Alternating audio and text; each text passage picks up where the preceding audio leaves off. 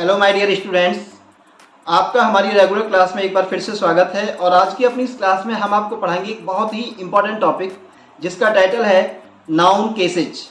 हम यहाँ इस क्लास में आपको पढ़ाएंगे कि नाउन्स और प्रोनाउंस के इंपॉर्टेंट केसेज क्या होते हैं, उनके फंक्शंस क्या होते हैं और किस तरीके से वो सेंटेंस में अदर वर्ड्स के साथ रिलेट करते हैं।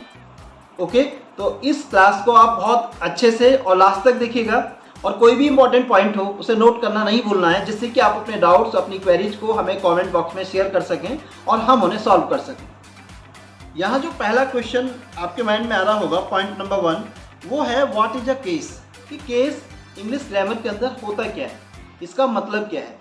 तो माय डियर स्टूडेंट्स, जब भी आप कोई सेंटेंस लिखते हो तो उसमें अक्सर नाउन्स और प्रोनाउंस का यूज करते हो, लेकिन अगर आप गौर से देखेंगे तो आपके सेंटेंसेज में नाउन्स प्रोनाउंस कभी तो सब्जेक्ट के रूप में यूज होते हैं, कभी वो ऑब्जेक्ट्स का रोल प्ले करते हैं और कभी कभी वो पजेसिव केस में यूज होते हैं, यानी पजेशन शो करते हैं। तो यही कॉन्सेप्ट क्या कहलाता है, केस। ओके, जैसा कि आप स्क्रीन पर डेफिनेशन देख सकते हैं, द रोल और फंक्शन दैट अ नाउन और pronoun plays in a sentence is called a case. यानी सेंटेंस के अंदर हमारे नाउन्स और प्रोनाउंस जो रोल या फंक्शन प्ले करते हैं उसी को हम केस कहते हैं। और इस कॉन्सेप्ट को अगर आप अच्छे से समझना चाहते हैं तो आप स्क्रीन पर फोकस करें और अब जरा ये एग्जांपल्स देखिए। हमारा पहला एग्जांपल है the player is playing nicely. तो यहाँ आप देखेंगे हमने इस सेंटेंस में नाउन यूज किया है प्लेयर, और ये इस सेंटेंस में एज ए सब्जेक्ट यूज हुआ है। अब सेकेंड सेंटेंस देखिए, the coach selected the player. एक बार फिर से हमने प्लेयर नाउन यूज किया है, लेकिन यहाँ इस सेंटेंस में ये किसका रोल प्ले कर रहा है, ऑब्जेक्ट का, एज एन ऑब्जेक्ट यूज हुआ है। और आप थर्ड एग्जांपल देखिए, the players skill is unique. यानी खिलाड़ी की जो स्किल है वो अद्भुत है। यहाँ इस सेंटेंस के अंदर जो हमारा नाउन यूज हुआ है प्लेयर, वो एक डिफरेंट केस में है, वो है केस ऑफ पजेशन, यानी पजेसिव केस में यूज हुआ है। इससे आपको एक आइडिया हुआ होगा कि केस एग्जैक्टली है क्या। तो इन वेरी सिंपल वर्ड्स, सहज शब्दों में एक बार फिर से डिफाइन कर देते हैं, किस सेंटेंस में आपका नाउन या प्रोनाउन क्या रोल प्ले कर रहा है, यही उसका केस है। ओके, अब पॉइंट नंबर 2 जो कि आप स्क्रीन पर देख सकते हैं, वो है कि नंबर ऑफ केसेज कितने होते हैं। यानी ये केसेज जिनको अभी हम डिस्कस कर रहे हैं, ये कितने होते हैं और इनके टाइप्स के नेम क्या होते हैं, name of types of cases. तो आगे आप स्क्रीन पर देख सकते हैं हमने इनके टाइप्स को डिस्कस किया है बहुत ही इंटरेस्टिंग तरीके से। आपको ये फ्लो चार्ट्स नोट करने हैं, क्योंकि ये स्लाइड्स जो हम बनाते हैं ये सोच करके बनाते हैं कि हमारे स्टूडेंट्स जब अपने पर्सनल नोट्स बनाएं तो उनको एक आइडिया ये भी होना चाहिए कि किस तरीके से नोट्स मेकिंग करनी है। तो जिस तरीके से ये स्लाइड्स स्क्रीन पर आपके सामने आ रही हैं, सेम उसी पैटर्न में आपको इन्हें नोट करना है। तो जैसा कि आप इस स्लाइड में देख सकते हैं, जो हमारे केसेज हैं, जो most important and popular cases हैं, वो 5 हैं। फर्स्ट है नॉमिनेटिव केस, इसको हम सब्जेक्टिव केस भी बोलते हैं। पॉजेसिव केस, इसको जेनेटिव केस भी कहा जाता है। वोकेटिव केस और एक्यूजेटिव केस और डेटिव केस। एक्यूजेटिव और डेटिव केस दोनों ही ये ऑब्जेक्टिव केस की लैग्स हैं। तो ओवरऑल हम देखें तो ये 5 टाइप्स के मोस्ट इंपॉर्टेंट केसेज होते हैं, जिनका यूज अक्सर हमें सेंटेंसेज में करना होता है। अब आपने ये जान लिया कि केसेज कितने होते हैं जो मेन हैं, जिनका यूज वाइडली होता है, और उनके नेम्स क्या होते हैं। अब यहाँ आगे आपको क्या जानना है कि इनके यूजेस कैसे होते हैं, क्योंकि जब तक किसी भी कॉन्सेप्ट को आप सही से अप्लाई नहीं कर सकते अपने सेंटेंस में, तो वो आपके लिए ज़्यादा यूजफुल नहीं है। क्योंकि ग्रामर का कोई भी कॉन्सेप्ट एट लास्ट आपको यूज ही करना होता है।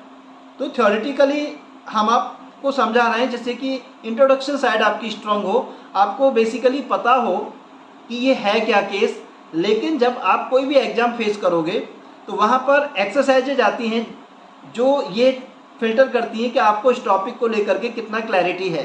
तो कॉन्सेप्ट आपको क्लियर हुआ ये तभी माना जाएगा जब आपको उसकी थ्योरेटिकल साइड, यानी उसकी थ्योरी, और उसकी प्रैक्टिकल साइड, यानी उसके बेसिस पर आने वाले क्वेश्चंस को आप सही से हैंडल कर लेते हैं। तो अब जो नेक्स्ट स्लाइड आपके सामने है उसमें बताया गया है नाउन केसेज। यानी अभी जो 5 केसेज के नेम्स हमने डिस्कस किए हैं, अब उन केसेज को हम 1 बाय 1 डिस्कस करेंगे, उनके फंक्शंस के बारे में बात करेंगे और उनके कुछ एग्जाम्पल्स भी हम आपके सामने स्क्रीन पर शेयर करेंगे। इससे आपको ये आइडिया होगा कि किस केस का यूज किस तरीके से स्टेटमेंट में किया जाता है, जिससे कि आप पर्सनल एग्जाम्पल्स दे सकें और आगे की एक्सरसाइजेज जो भी आपके सामने कहीं किसी कॉम्पिटिशन में आएंगी उनको आप बहुत ही कॉन्फिडेंस के साथ हैंडल कर सकें। तो देखिए, इसमें फर्स्ट जो टॉपिक है यहाँ हम डिस्कस कर रहे हैं वो है केस नंबर 1, नॉमिनेटिव केस। आप स्क्रीन पर देख सकते हैं नॉमिनेटिव केस। तो नॉमिनेटिव केस होता क्या है, इसको हमने डिफाइन किया है, the case use for a noun और pronoun that is the subject of a verb. यानी नॉमिनेटिव केस वो कंडीशन होती है जहाँ पर नाउन प्रोनाउन हमारे सेंटेंस में वर्ब का सब्जेक्ट होता है, सब्जेक्ट का रोल प्ले करता है, तो हम कहते हैं कि वो नॉमिनेटिव केस में है। इसको हम इसीलिए सब्जेक्टिव केस भी कहते हैं, क्योंकि यहाँ पर नाउन्स या प्रोनाउंस सब्जेक्ट का रोल प्ले करते हैं, इसलिए इनको सब्जेक्टिव केस या नॉमिनेटिव केस कहा जाता है। फॉर एग्जाम्पल, आप स्क्रीन पर देखें, बेकी वॉज एक्साइटेड। तो इस सेंटेंस में बेकी क्या है, सब्जेक्ट, वॉज एक्साइटेड प्रेडिकेट है, और यहाँ ये वॉज एक्साइटेड वर्ब भी है प्रेडिकेट के अंदर। तो इस वर्ब का सब्जेक्ट क्या है, बेकी। तो बेकी यहाँ सब्जेक्ट है वर्ब वॉज एक्साइटेड का, इसलिए बेकी जो नाउन है ये किस केस में है, नॉमिनेटिव केस, राइट। अब हम नेक्स्ट टॉपिक की तरफ बढ़ते हैं। आप स्क्रीन पर देख सकते हैं नेक्स्ट टॉपिक है पजेसिव केस। ये पजेसिव केस क्या होता है, इसको भी हमने डिफाइन किया है, when a noun denotes possession, ownership और बिलोंगिंगनेस। यानी जब कभी हमारे सेंटेंस में हमारा नाउन इस तरीके से यूज होता है कि वो ये बताता है कि कोई ऑब्जेक्ट किसके पोजेशन में है, उस पर किसका अधिकार है, ओनरशिप किसकी है, वो चीज़ किसको बिलोंग करती है। जब इस तरीके से नाउन यूज होता है सेंटेंस में तो हम कहते हैं कि वो पजेसिव केस में है। आप जरा एग्जांपल देखिए, Ram's pen has been lost. तो यहाँ पर राम नाउन है और ये अपना पोजेशन यानी ओनरशिप शो कर रहा है एक दूसरे नाउन पर जो है पेन। तो इस केस में राम का पोजेशन शो हो रहा है पेन पर, तो ये राम जो नाउन है इस समय पजेसिव केस में है। सेकंड एग्जांपल देखिए, रेखाज वॉच इज कॉस्टली। तो यहाँ पर रेखा जो नाउन है हमारे सेंटेंस में उसका पोजेशन शो हो रहा है वॉच पर, इसलिए ये रेखा जो कि नाउन है ये किस केस में है, पजेसिव केस, राइट।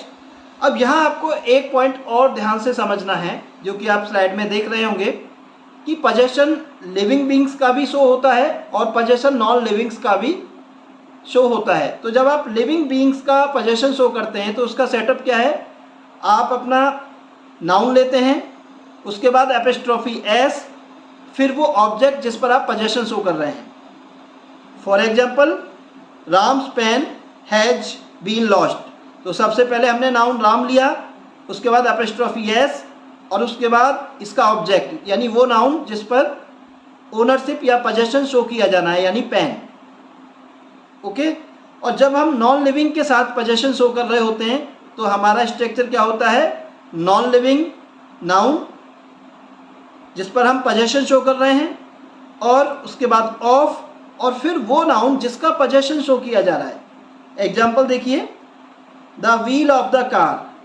तो पोजेशन शो किया जा रहा है व्हील पर, तो द व्हील पहले लिया हमने, उसके बाद ऑफ, उसके बाद वो नाउन लेना है जिसका पोजेशन शो किया जा रहा है। तो कार का पोजेशन शो किया जा रहा है, the wheel of the car is punctured. अगर हम इस सेंटेंस को ऐसे लेते हैं, the cars wheel is punctured, तो ये रॉन्ग होता, राइट। तो ये ध्यान रखें लिविंग के साथ आपको किस तरीके से डील करना है और जब आपका नाउन नॉन लिविंग हो तो किस तरीके से उसको पजेसिव केस में यूज करना है, ये आप इस स्लाइड से समझ सकते हैं। तो ये स्लाइड आपको नोट करना है, कहीं भी कोई कन्फ्यूजन हो तो कमेंट बॉक्स में आप हमेशा शेयर करें।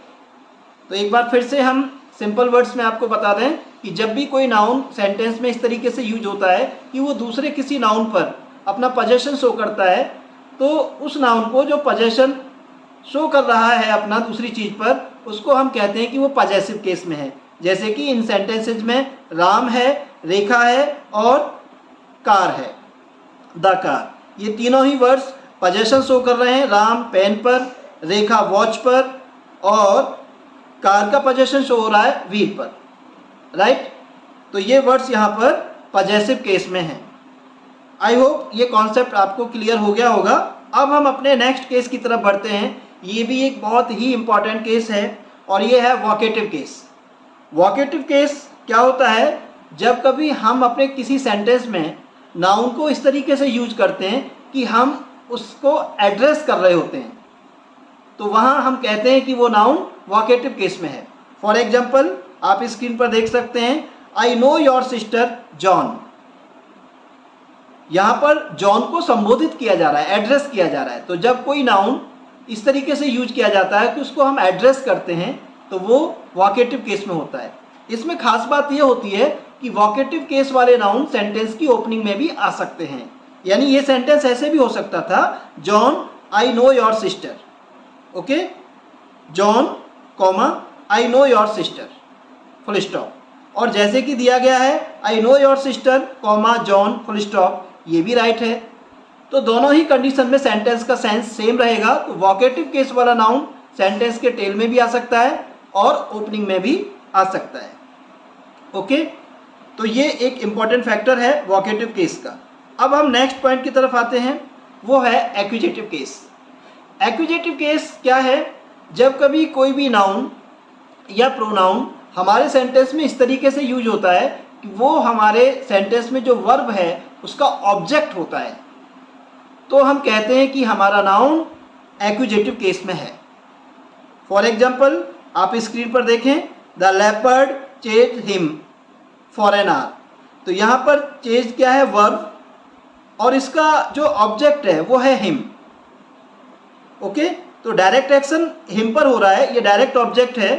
तो यहाँ ये हिम, अब हम हिम की पोजीशन में चाहें तो कोई एनिमल नेम भी ले सकते हैं। For example the leopard chase rabbit for an hour, तो वो भी क्या हो जाएगा? Accusative case. और यहाँ ये हिम एक्यूजेटिव केस में है क्योंकि ये हमारे वर्ब चेज का क्या है? ऑब्जेक्ट। तो जब कभी वर्ब का ऑब्जेक्ट होता है हमारा नाउन या प्रोनाउन, तो वो एक्यूजेटिव केस होता है, राइट। अब हम नेक्स्ट स्लाइड की तरफ बढ़ते हैं, हमारा नेक्स्ट केस, और ये है डेटिव केस। जैसा कि हमने बताया था कि ऑब्जेक्टिव केस की ही लेग्स हैं एक्यूजेटिव केस और डेटिव केस। ऑब्जेक्टिव केस की 2 लेग्स होती हैं, एक्यूजेटिव केस और डेटिव केस। अब यहाँ आप देख रहे हैं डेटिव केस। डेटिव केस वहाँ होता है जहाँ हमारे सेंटेंस में डबल ऑब्जेक्ट्स होते हैं। जैसा कि आप एग्जाम्पल में देख सकते हैं, we gave a bone to a dog. अब यहाँ पर ये जो ए बोन है ये डायरेक्ट ऑब्जेक्ट है और इनडायरेक्ट ऑब्जेक्ट है अ डॉग। तो जो इनडायरेक्ट ऑब्जेक्ट होता है वो क्या होता है? Dative case. Direct object accusative case होता है और इनडायरेक्ट ऑब्जेक्ट क्या होता है? Dative case. तो यहाँ आप देख सकते हैं, अब यहाँ इसमें हमने दिया है केस नंबर 1। ऐसा इसीलिए कि डेटिव केस की 2 कंडीशन हो सकती हैं। कभी कभी ऐसा हो सकता है कि डेटिव केस बाद में और एक्यूजेटिव केस पहले। जैसे यहाँ आप देख सकते हैं, अ बोन पहले आया है जो कि एक्यूजेटिव केस है क्योंकि ये डायरेक्ट ऑब्जेक्ट है, और डेटिव केस यानी कि इनडायरेक्ट ऑब्जेक्ट अ डॉग बाद में आया है। एक कंडीशन ये हो सकती है जहाँ पर हमारा डेटिव केस पहले आएगा और एक्यूजेटिव केस बाद में आएगा, वो हम आगे वाली स्लाइड में देख रहे हैं। जैसा कि आप स्क्रीन पर देख सकते हैं, यहाँ सेंटेंस को रीड करिए, we gave a dog a bone. तो वहाँ पे आप देख सकते हैं कि जो डेटिव केस है यानी जो इनडायरेक्ट ऑब्जेक्ट है उसको पहले लिया गया है। तो डेटिव केस की ये 2 कंडीशन हो सकती हैं, इसलिए हमने यहाँ पे केस 1 केस 2 दिया है। तो इस सेंटेंस में आप देख रहे हैं डेटिव केस पहले आया है और एक्यूजेटिव केस बाद में आया है, यानी डायरेक्ट ऑब्जेक्ट अ बोन बाद में आया है। तो ये आप ध्यान रखें कि ये दोनों एक ही केस की लेग्स हैं, ऑब्जेक्टिव केस की, डेटिव केस और एक्यूजेटिव केस। अब यहाँ एक इम्पॉर्टेंट पॉइंट, जैसा कि आप स्क्रीन पर देख रहे हैं, वो हम डिस्कस करते हैं कि डायरेक्ट ऑब्जेक्ट और इनडायरेक्ट ऑब्जेक्ट, इनमें डिफरेंस क्या है। देखिए, डायरेक्ट ऑब्जेक्ट वो होता है जिस पर डायरेक्ट एक्शन फॉलन होता है, यानी एक्शन सीधे सीधे जिस पर होता है वो डायरेक्ट ऑब्जेक्ट होता है, और जो हमारे एक्शन का रेसिपिएंट होता है लेकिन डायरेक्टली नहीं, वो इनडायरेक्ट ऑब्जेक्ट होता है। और ख़ास बात यह है कि हमारे सेंटेंस में डायरेक्ट ऑब्जेक्ट क्या हो सकता है, लिविंग नॉन लिविंग कुछ भी हो सकता है। For example I bought a pen, तो ए पेन क्या है यहाँ पर, ये नॉन लिविंग है लेकिन ये डायरेक्ट ऑब्जेक्ट है। दूसरा एग्जाम्पल देखिए, आई हैड रोहन, यहाँ पर रोहन डायरेक्ट ऑब्जेक्ट है लेकिन ये लिविंग है। तो डायरेक्ट ऑब्जेक्ट लिविंग भी हो सकता है और नॉन लिविंग भी हो सकता है। अब आप इनडायरेक्ट ऑब्जेक्ट के बारे में देखिएगा, स्क्रीन पर दिया हुआ है कि indirect object are usually living beings. Indirect object में मोस्टली क्या आते हैं, लिविंग बींग्स। उसमें हम एनिमल्स या लोगों को यानी पीपल को लेते हैं, नॉन लिविंग्स इसमें अक्सर नहीं आते हैं। तो ये एक बड़ा डिफरेंस है, डायरेक्ट ऑब्जेक्ट के अंदर लिविंग नॉन लिविंग दोनों आ सकते हैं, लेकिन इनडायरेक्ट ऑब्जेक्ट में मोस्टली केवल क्या आते हैं, लिविंग बींग्स, राइट। अब यहाँ एक इंपॉर्टेंट पॉइंट जो आपको नोट करना है, नोट तो सारी स्लाइड करनी है लेकिन ये पॉइंट थोड़ा डीपली समझिए कि जो इनडायरेक्ट ऑब्जेक्ट होते हैं उनका यूज हो सकता है सेंटेंस में केवल तब जब आपके सेंटेंस में डायरेक्ट ऑब्जेक्ट भी हो। इनडायरेक्ट ऑब्जेक्ट्स केवल उन्हीं सेंटेंसेज में यूज हो सकते हैं जिन सेंटेंसेज में डायरेक्ट ऑब्जेक्ट हैं, लेकिन किसी सेंटेंस के अंदर डायरेक्ट ऑब्जेक्ट हो सकता है विदाउट इनडायरेक्ट ऑब्जेक्ट। यानी ऐसा नहीं हो सकता कि इनडायरेक्ट ऑब्जेक्ट हो और डायरेक्ट ऑब्जेक्ट ना हो, लेकिन ऐसा हो सकता है सेंटेंस में कि सिर्फ डायरेक्ट ऑब्जेक्ट हो और इनडायरेक्ट ऑब्जेक्ट ना हो। ओके, क्योंकि they rely on direct objects. Indirect object जो होते हैं वो किस पर डिपेंड करते हैं, डायरेक्ट ऑब्जेक्ट पर। तो आप ये पॉइंट ध्यान रखें जिससे कि आगे आप कंफ्यूज ना हो, राइट। अब देखिए इसके बाद जो टाइम है वो टाइम है एक्सरसाइज का, क्योंकि विदाउट एक्सरसाइज कोई भी कॉन्सेप्ट हो वो क्लियर नहीं माना जा सकता। So this is the time to exercise.